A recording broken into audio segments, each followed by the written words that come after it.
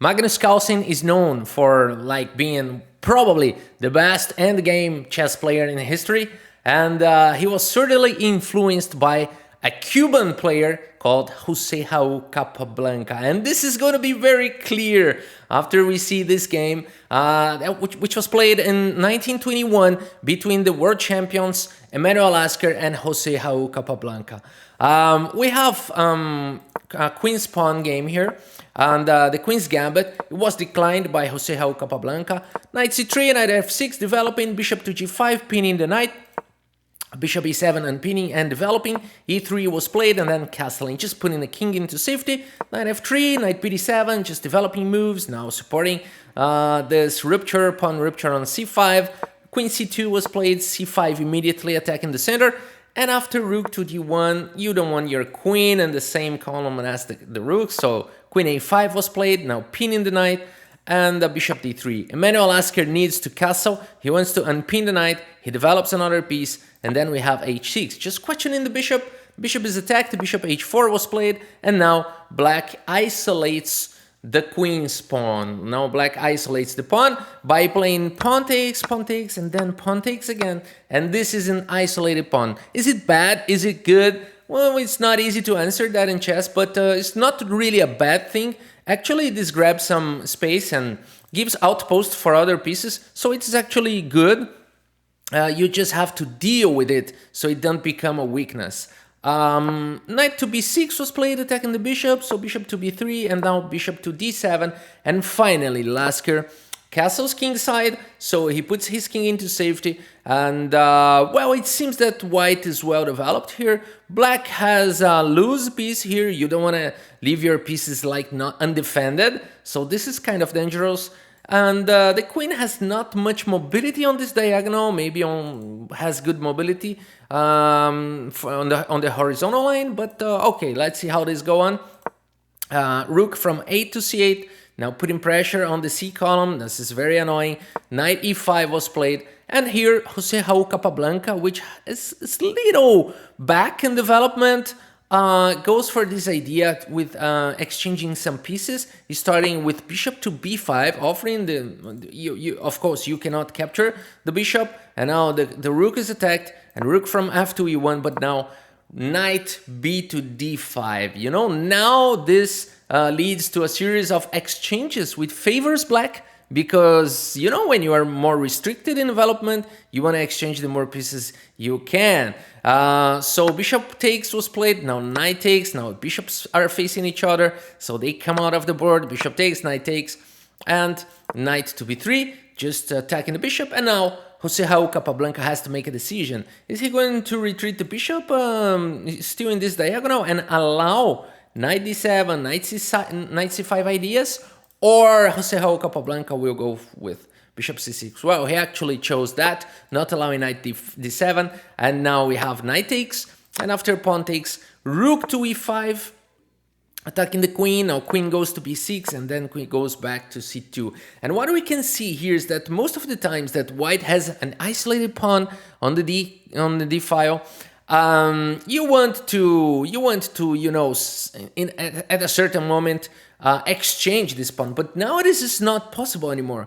So this is really now becoming a weakness. It was not a weakness so far, but now this is kind of becoming a target, and you cannot defend it with another pawn, so that's why it is an isolated pawn, but you cannot even advance the pawn, so this is really a problem for Emanuel Lasker right now.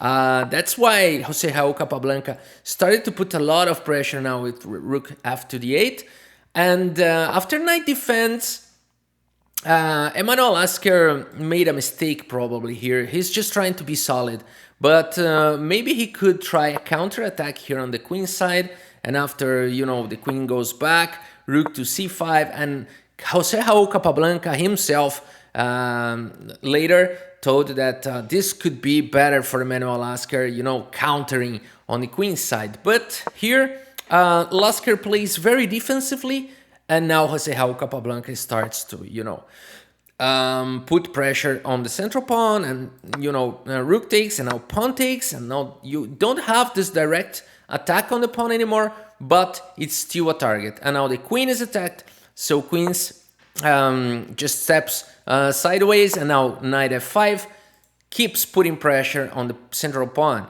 So b3 was played, kind of releasing the queen from guarding the pawn on f2, but now h5. Little by little, Jose Raul Capablanca starts to grab more space, either on the king side and later on the queen side. So we're gonna see like this is almost I'm pretty sure Magnus Carlsen is heavily influenced by Jose Raul Capablanca. Now, if I don't show you who's playing this game and I just show you this endgame, you will probably say that this is Magnus Carlsen playing with the black pieces. Let's take a look at how it goes on. So h3 was played. You know, maybe trying to be ready to play on g4 after h4. H4 was played, queen to d3, and now rook to c6. Just little by little improving the position. The king comes to the game, g6, you know, now the king can play. Queen to b1 and queen to b4 keeps putting pressure on the central pawn, and then king g1. No. When Emanuel Lasker plays king g1, then you know that white is in trouble. You know, king f1, king g1.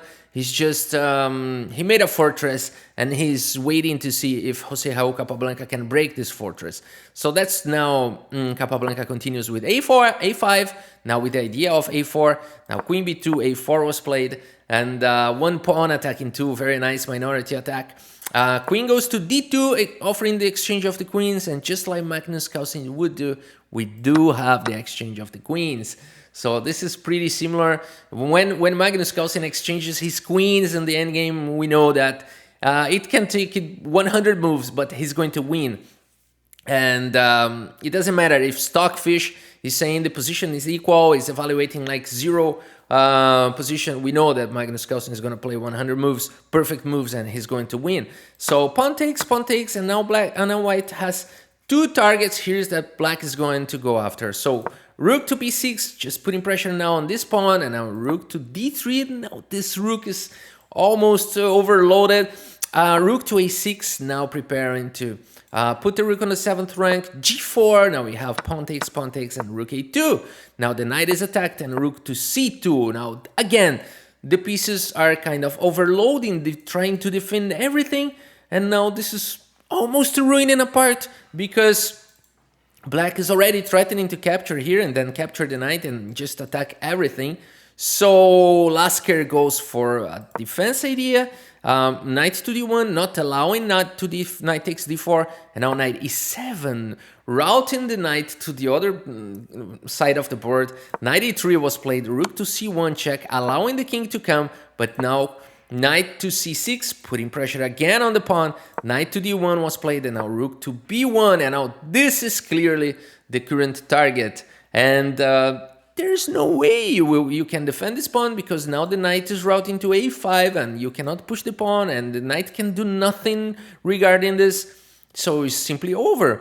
But Emanuel Lasker now will lose this pawn, but he will try to draw, playing the pawn down. Let's see. He plays this move king e2, which is not very accurate, because there's a tactics here. If you want to pause the video maybe and try to find these tactics, very beautiful one, and it's not most complex one, but I hope you have found this beautiful move, rook to b3, taking the pawn. Now black is a pawn up, and white cannot capture the rook, because then white will be 2 pawns down after knight takes pawn, and black will get back the rook and will be 2 pawns up, and 2 pawns up on this endgame is completely winning.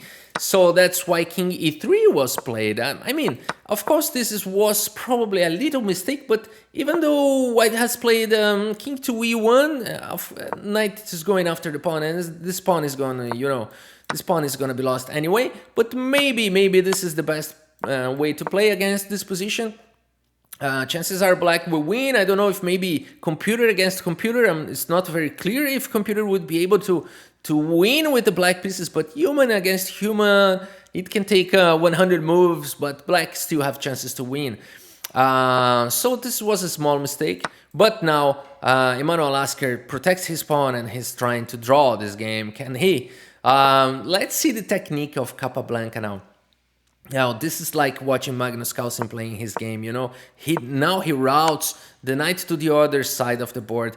Manuel Lasker did the best to, you know, keep protecting the pawn. And now g5, and the knight goes back again, and maneuvers to central post, and now the rook comes into action. You know, the king is completely cut, and now it's time to bring the king. So perfect maneuver by perfect endgame by Raul Capablanca. You know, f6, we are very tempted to play f5 here, but it's not the same quality, because now the knight, you know, white has some counter chances here. So everything is just perfect here. f6, now controlling the e5 square. Now the king goes to the other side of the board, preparing to advance the pawn. You know, just make a little bit of more challenges to white here, and then pushes pawn, and then king comes, and it's just over.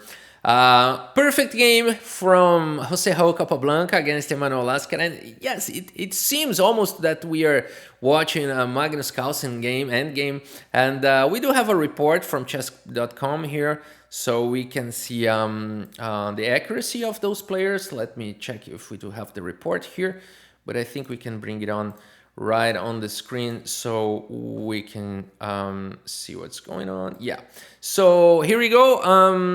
90% for Emanuel Lasker accuracy, and 94.5 for Raul Capablanca. Like, this is just a perfect game, and we have a brilliant move here. Let's take a look of the brilliant move. Rook takes b3. So yeah, post in the comments, what do you think? Do you think Raul Capablanca indeed influenced Magnus Carlsen? Do you see similarities in their games? So yeah, that's it for today. I hope you have enjoyed the video, and see you next time.